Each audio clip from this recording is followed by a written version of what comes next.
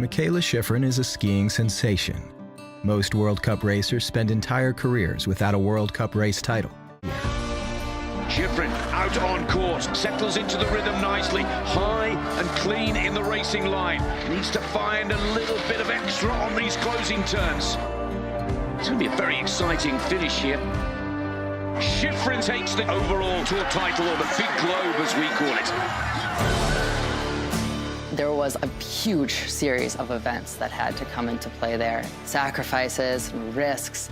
I'm very excited to have watched all of those fall into place perfectly to have her achieve that dream. For skiers on the World Cup circuit, race day begins far earlier than most would imagine. There's so much preparation. I mean, I'd say the time that the public watches us racing and watches us on TV, it's like 1% of the time that we actually spend in the sport. The best ski racers, really the real champions, are the ones who are willing to commit 100% of the time. The rest of the field commit probably 98, 99% of the time, and that's that small edge that the real champions have on everyone else. Are two worlds apart. I want tell me why I want it that way.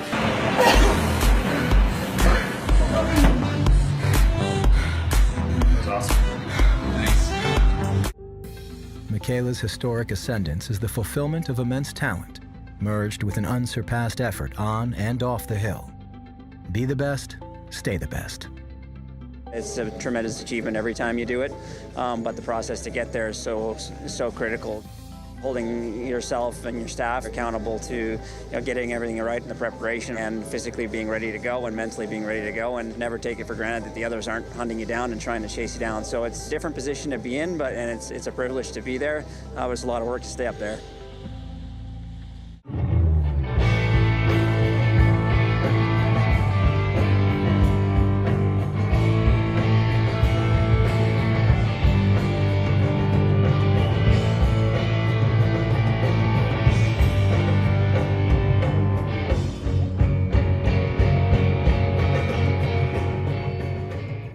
From the start of the day to the end of the day, my times are getting faster, generally speaking, which is good in that I'm improving, but not the best thing because you don't get 10 runs in a race to get fast.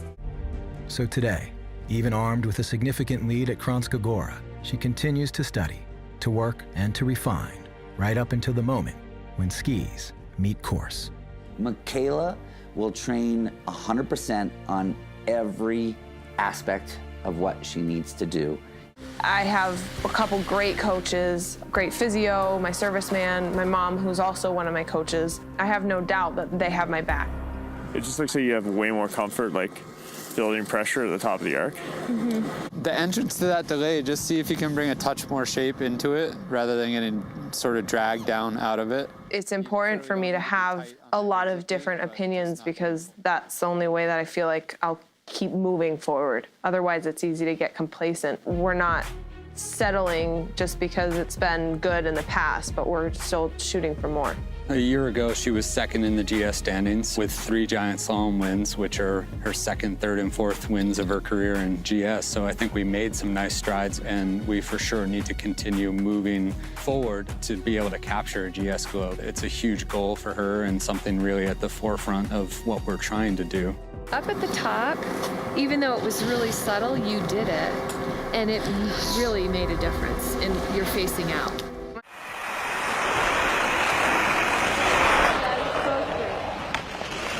"29 meters as you go over the break too, so tons of time to run it clean, run it deep." Active into it. I want to make sure she's moving strong, accelerating that left footer. When it makes the switch, everything's coming back to that execute. I think in course reports we let her know to push it harder than she thinks. Yeah. Up here. Well, that's what I wanted talking out of the gate. Yeah. Like let's physically put her into that position where she's going aggressive. Right. A little bit of fatigue in legs, so just getting good high tempo in here. To bring good energy to your skiing, good high tempo, and stick it to the hand. A great surface, good perfect start number for that. Hammer it, and just a good focus on that high tempo hand and right to the hand. Have at it, Mikaela. She started off really strong, where she lost time last year. She was much quicker at the top, so we're happy with that. A little bit cautious on the pitch, so she knows she has more in the tank for the second run, so for sure she's going to look to take a little bit more on the pitch and really go for it right to the finish and take a shot at that top step. She's going to be like a cat on a hot tin roof soon, I'd say. Can she get her first World Cup victory in the U.S.? Well, it's interesting. She leaves the gate with a huge lead, but she cannot ski safe. Look at that, almost a second ahead from that first run over Goot, but she's got to attack. Nice. Hard. Come on, hard. Come on. And look at that, legs got to be burning, but Shiffrin is just working the skis. She will not give up on this run.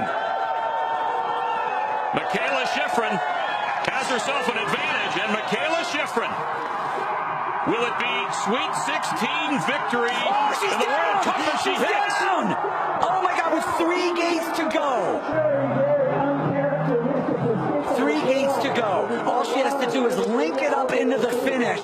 Not having these big expectations, but just putting down my best skiing over and over and over again. And either it's going to be enough or it's not.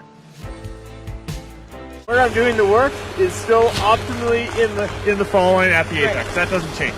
Right. What's going to take me across the hill? Gravity? No.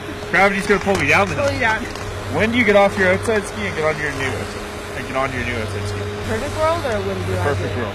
Right It's at the only world right you want to live. Right at the apex. Where I disagree. Hear me out. My outside ski takes me to my next outside ski. If I really want to link and have that fluidity and connection at turn, I need to stay with that outside ski. I'm not turning, but it's taking me to where I need to be. Outside ski to outside ski is fast skiing. It's connected, it's linked. Yeah. There's no interruption in flow. It's one turn to the next. She's done such a great job managing her energy and finding that motivation to go out the start gate and push like crazy every run. Bottom pitch, Michaela, running well down here. Channel some inner Hersher, fighting athleticism. Let's go, warrior style, come on. In her final moments, Michaela takes the same approach as always, one that has guided her to greatness. I don't feel particularly confident a lot of the time. You know, I just want to ski the mountain the way that it's meant to be skied. Now we wait to see what Michaela Shiffrin can do. It's not always that I just feel confident about where I'm at. It's just that I try to do the best I can every race. Great run for Michaela here for her first run of slalom. She's 1.69 ahead of the rest of the field.